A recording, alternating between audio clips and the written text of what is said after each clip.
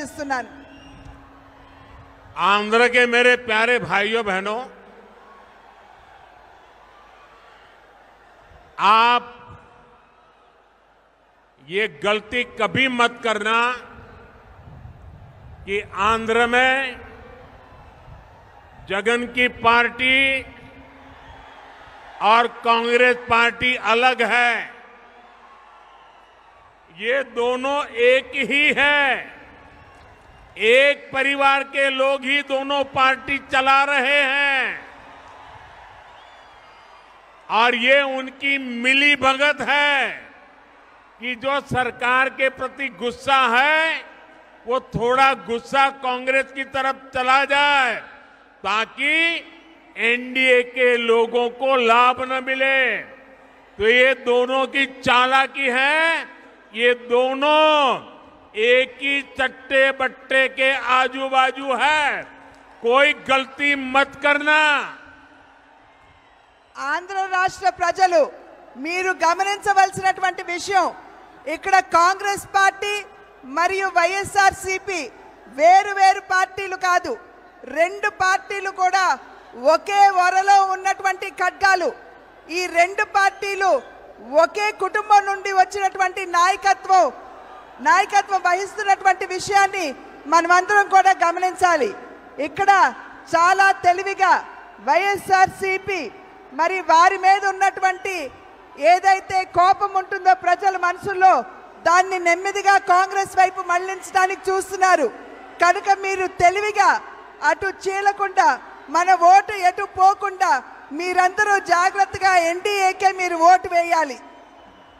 साथियों, अगले 5 साल आंध्र प्रदेश के तेज विकास के लिए बहुत जरूरी है।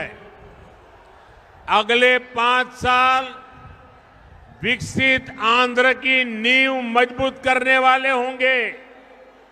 अगले 5 साल आंध्र प्रदेश में गरीब कल्याण की योजनाओं के विस्तार के होंगे। अगले 5 साल आंध्र के युवाओं, यहां की महिलाओं को नए अवसर देने वाले होंगे। अगले 5 साल आंध्र प्रदेश में इंफ्रास्ट्रक्चर डेवलपमेंट को नई ऊंचाई पर ले जाने वाले होंगे। अगले 5 साल आंध्र प्रदेश में पोर्ट लेड डेवलपमेंट के होंगे, ब्लू इकोनॉमी के विस्तार के होंगे।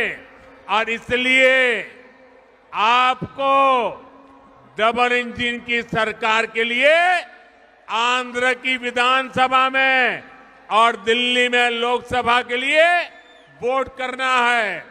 आपको विकसित भारत के लिए वोट करना है। రాబోయే 5 సంవత్సరాల కాలం మనకి చాలా ప్రధానమని చెప్పి మీరందరూ కూడా గమనించాలి. రాబోయే 5 సంవత్సరాల కాలంలో మీరు గనక ఎన్డీఏకి ఓటు వేసినట్లయితే ఆంధ్ర రాష్ట్రంలో ఇక్కడ కూటమి కేంద్రంలో కూడా ఎన్డీఏ సర్కార్ కనుక ఉన్నట్లయితే ఇక్కడ మనం అభివృద్ధి చెందే ఆంధ్ర రాష్ట్రానికి తిరిగి మనం పునాది వేసుకుంటాం. రాబోయే 5 సంవత్సరాలు రాష్ట్రంలో ఉన్నటువంటి పేదల కళ్యాణాన్ని, వారి యొక్క సంక్షేమాన్ని ఆకాంక్షించుకునేటువంటి ప్రభుత్వానికి మనం పునాది వేస్తాము.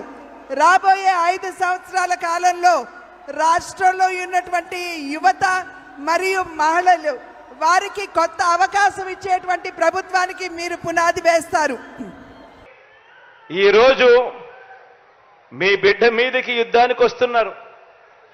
కాదు మీ బిడ్డ మీదకి రాదు, మీ బిడ్డ మీదకి కాదు యుద్ధానికి వీళ్ళు వచ్చేది. 3 పార్టీలుగా వీళ్ళు కూటమిగా ఏర్పడి పేదవాడి భవిష్యత్ మీదకి వీళ్ళు యుద్ధానికి వస్తా ఉన్నారు.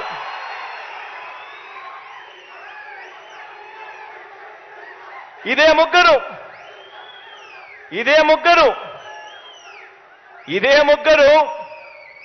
ఇదే చంద్రబాబు, ఇదే పవన్ కళ్యాణ్, ఇదే దత్తపుత్రుడు, ఇదే బీజేపీతోనే కలిసి 2014లో కూడా ఇప్పుడు చెప్తా ఉన్న మోసపూరిత వాగ్దానాలు మాదిరిగానే 2014లో కూడా ఇదే మాదిరిగా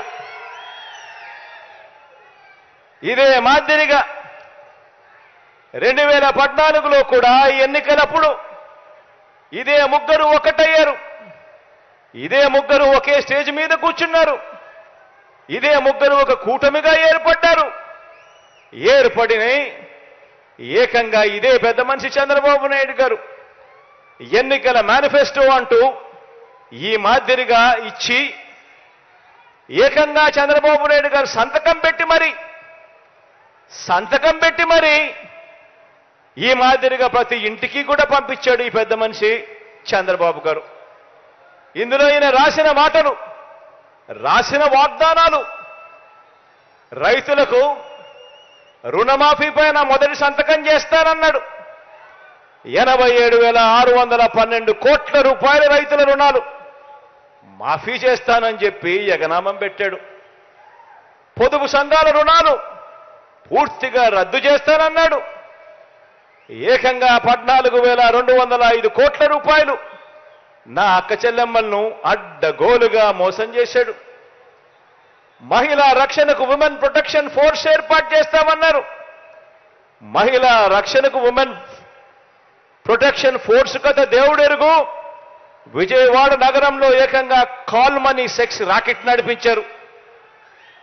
ఆడబిడ్డ పుట్టిన వెంటనే మహాలక్ష్మి పథకం కింద 25,000 రూపాయలు ప్రతి అక్క చెల్లెమ్మ కుటుంబ ఖాతాల్లోకి వేస్తాను. ఆడపాప పుట్టిన వెంటనే అని చెప్పి వారి బ్యాంక్ అకౌంట్లో డిపాజిట్ చేస్తాను అని మహాలక్ష్మి అనే పేరు పెట్టాడు. ఒక్కరికైనా కూడా ఆడపిల్ల పుట్టినప్పుడు మీకు తెలిసిన వ్యక్తులకు కానీ, మీకు తెలిసిన అక్క చెల్లెమ్మలకు కానీ ఒక్కరికైనా వాడు ఆడపిల్లలు పుట్టినప్పుడు 25,000 రూపాయలు వాళ్ళ బ్యాంక్ అకౌంట్లోకి డిపాజిట్ చేసినాడా అని అడుగుతాను నేను.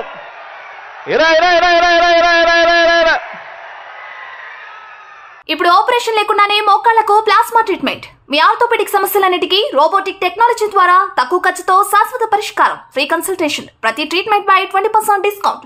ఈ ఆఫర్ కొద్ది రోజులు మాత్రమే. త్వరపడండి. V9 hospitals 9281465842.